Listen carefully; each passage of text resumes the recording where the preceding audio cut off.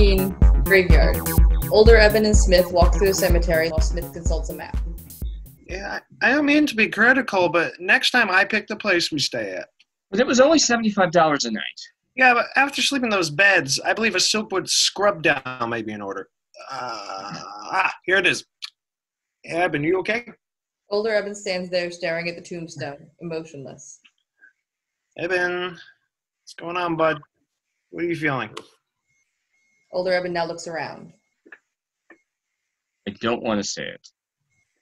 I mean, we came all of this way, and... What? I'm here for you, man. What's going on? Nothing. Well, what did you expect to find here? I don't know. Clarity. Closure. Sense of what Kyle and I were or weren't. It's okay, Eben.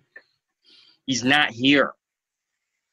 The remains of his body might be, but he is not here. You want to stay a little longer? I could leave you alone here with your thoughts. Maybe. I'll be over there if you leave. Smith walks to the other side of the stage. Older Eben remains staring at the tombstone. Still nothing. Younger Eben and grandmother enter. I do like old cemeteries. The statues, the family mausoleums. It's like something out of Dracula. Okay, look, when I die, I don't want you to think I'm in a place like this. People live on after death. In the memories and stories of loved ones, they do not live in a graveyard. Yeah. Smith walks over to him while Eben and grandmother exit. I'm ready to go home now, I guess. Older Eben and Smith exit. Kyle enters reading a book. He sits legs crossed on the floor as he reads. Kyle. Kyle. Alice enters. Ah, there you are. What you reading? A book on Buddhism. Of course you are. It's funny how there are so many parallels between the Jesus story and the story of Buddha. Just a completely different way of approaching the faith. Christianity, Jesus is so high above us, we can never actually be on his level, but Buddhism is more attainable. Well, I'm glad you found a hobby. Why don't you sit under this tree with me? Alice sits next to him. Wow. Kinda like Prince Siddhartha sitting underneath the Tree of Awakening. Wait, how do you know about Prince Siddhartha? That's my book you're reading. Prince Siddhartha had a crisis of faith one day when he ventured outside the walls of his father's palace and saw the conditions in which most people lived. Poverty, despair, suffering, everything his father, the king, had tried to shelter him from. And so he decided to meditate under the Tree of Awakening. Mara, the Lord of Hell, tried to lure him away from the tree, but Siddhartha remained and realized that suffering is a natural part of life. Accepting that fact is the first step towards nirvana. Denying that fact only leads to more suffering, more despair. It is a beautiful day, though, is it not? Yeah. Would you mind? I really would like to be alone right now, actually. Yes, of course. Alice exits. Kyle puts his book down and begins to meditate. Younger Eben is back on his computer, typing. It was funny today.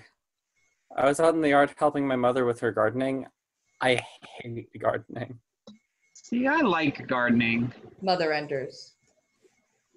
Oh, are you telling Kyle about that absolutely creepy thing you said in the garden today? Yep.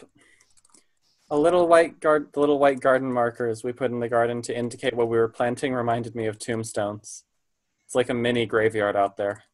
You are one sick and twisted soul. Sick and twisted, sick and twisted. Yeah, I've always thought the garden markers look like tombstones too. Really?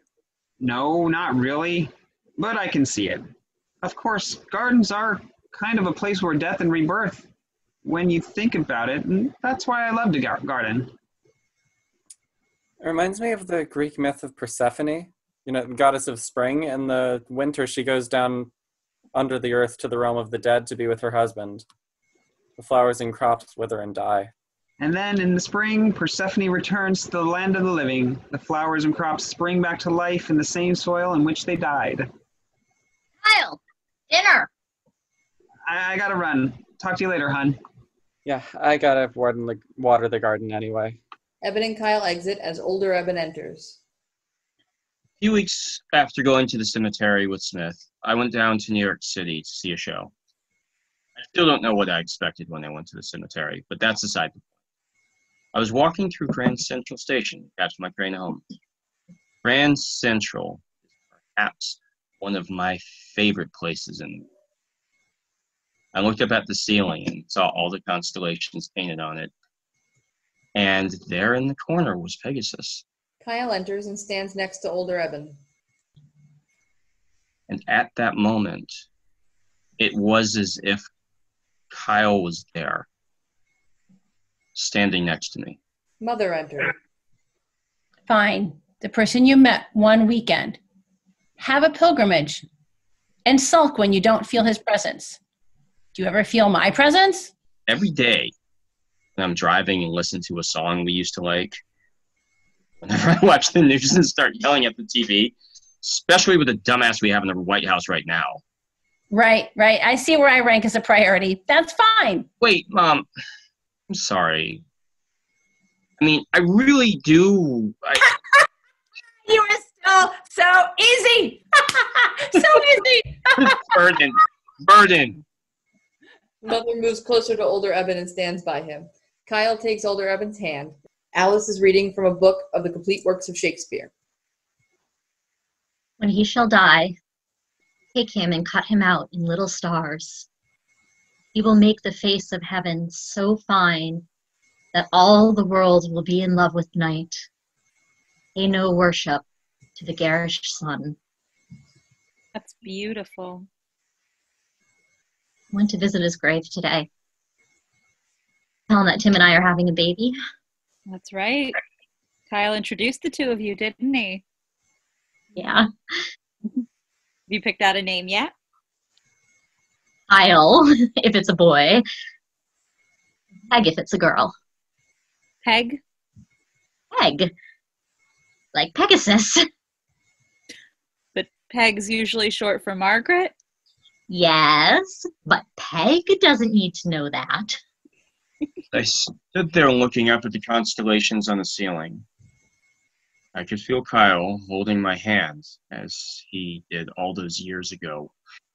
As we drove around, and I showed him where I had grown up. The way his thumb would gently glide down the palm of my hand. And the twinkle in his eye whenever he grinned. I guess I felt what I had really hoped to feel that day in the cemetery in Canton. But such things can't be planned, can they?